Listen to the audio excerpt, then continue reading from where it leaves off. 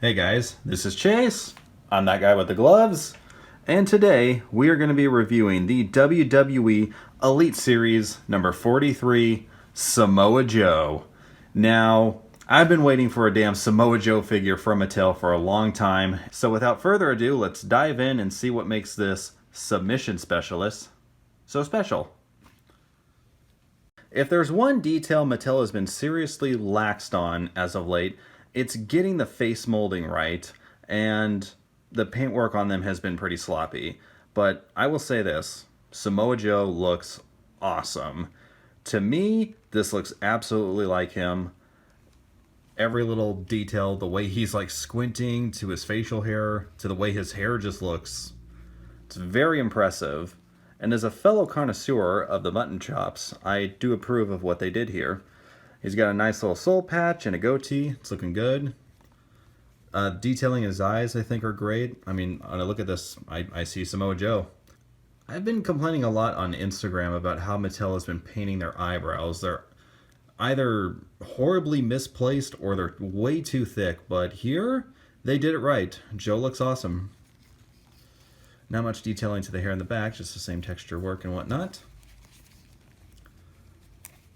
So Joe comes with his trademark towel, which first time I saw him in TNA Impact Wrestling, he was using this to wipe off the blood from his victims, which was pretty badass.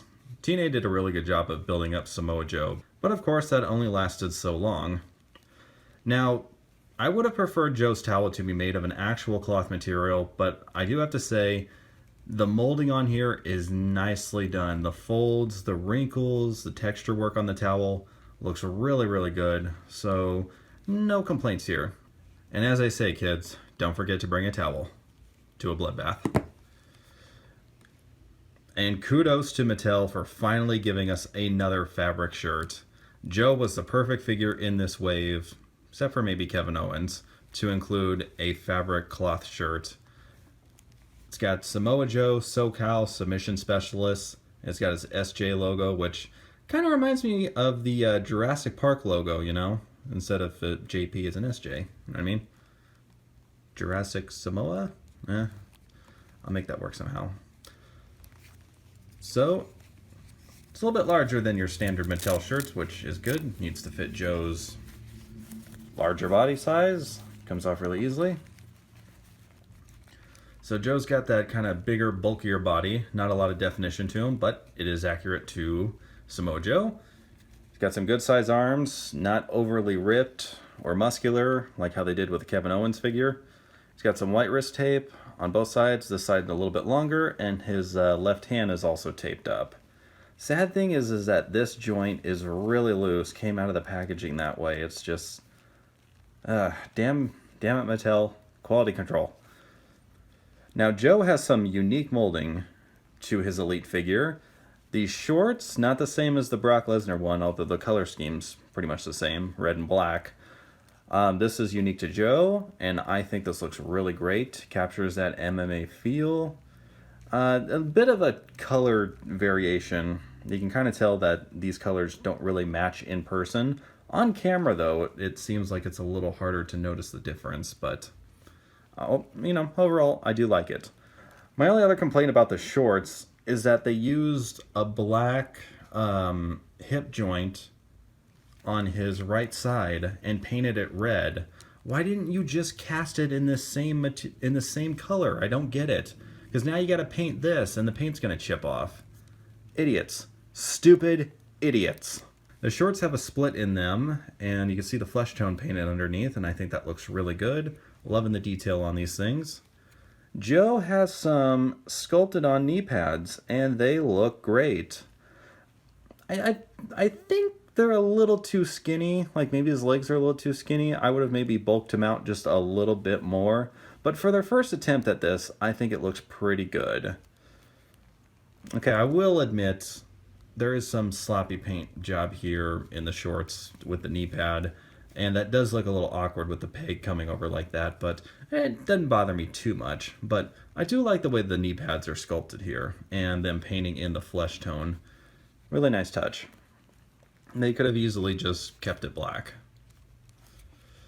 And Joe's got some basic black kick pads. Nothing special to them, no special markings. They're just black kick padded boots. Articulation on the Elite 43 Samoa Joe.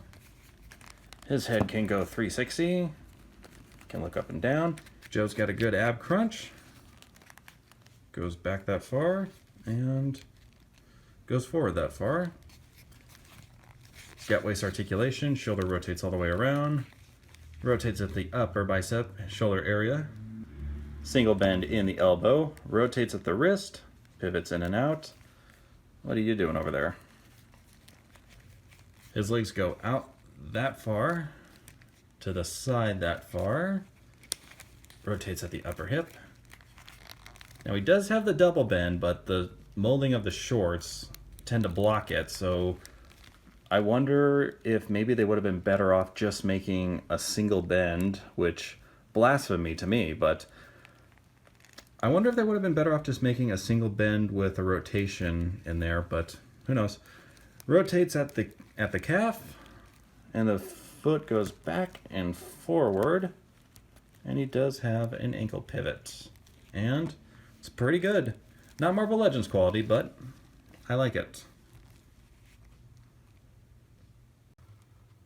One thing I failed to mention is that Samoa Joe's pinky is not connected to his ring finger. I don't know if that's unique to him, but I've never noticed that before on a Mattel figure, so I don't know, thought that was interesting.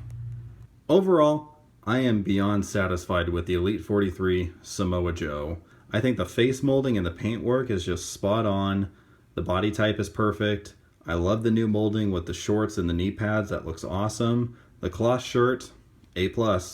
And even though I would have preferred the towel be made out of actual fabric, the molding and everything on it, it just looks great. Now for my only complaints, they're mostly quality control complaints. That left hand is super loose. No idea why it should not be that way. This is actually the second time I've shot this Samoa Joe review. The first one just went completely to hell, and I lost some of the footage. Don't even know how that happened. But it had some line scuffs and stuff like that, some random black lines on his abdomen and on his face that I took off with sandpaper. So that wasn't a huge deal, but again, just goes to the quality control. And I have no idea why they didn't just mold that right hip joint red instead of making it black and then painting it red. That doesn't make any sense at all. But, and you know, maybe his legs are a little too skinny, but that's a minor complaint. Now it's time for M. Bison's 2 cents. I think the Samoan specialist is a dead ringer for Figure of the Year. The only thing Mattel could have done to improve this, in my opinion, is to splatter him with tons of blood from his victims. Drench that towel in crimson liquid. Now, if I was reviewing it, I would have given this figure a gold medal. My highest achievement. Because Samoa Joe is gonna kill you if you don't agree. Okay, thanks Bison. So for me, I'm gonna give the figure, minus all those quality control complaints, I'm gonna have to give it a 9 out of 10. If it didn't have those weird things, it would have been a perfect figure. But seriously, for their first Samoa Joe figure, Mattel, you wowed me with this one. Congratulations. Alright guys, this was Chase from Burnout Inc. And M. Bison. We'll see you next time. I don't know about those, but the pink stripes, I like that a lot. Her arms are well sculpted and deep.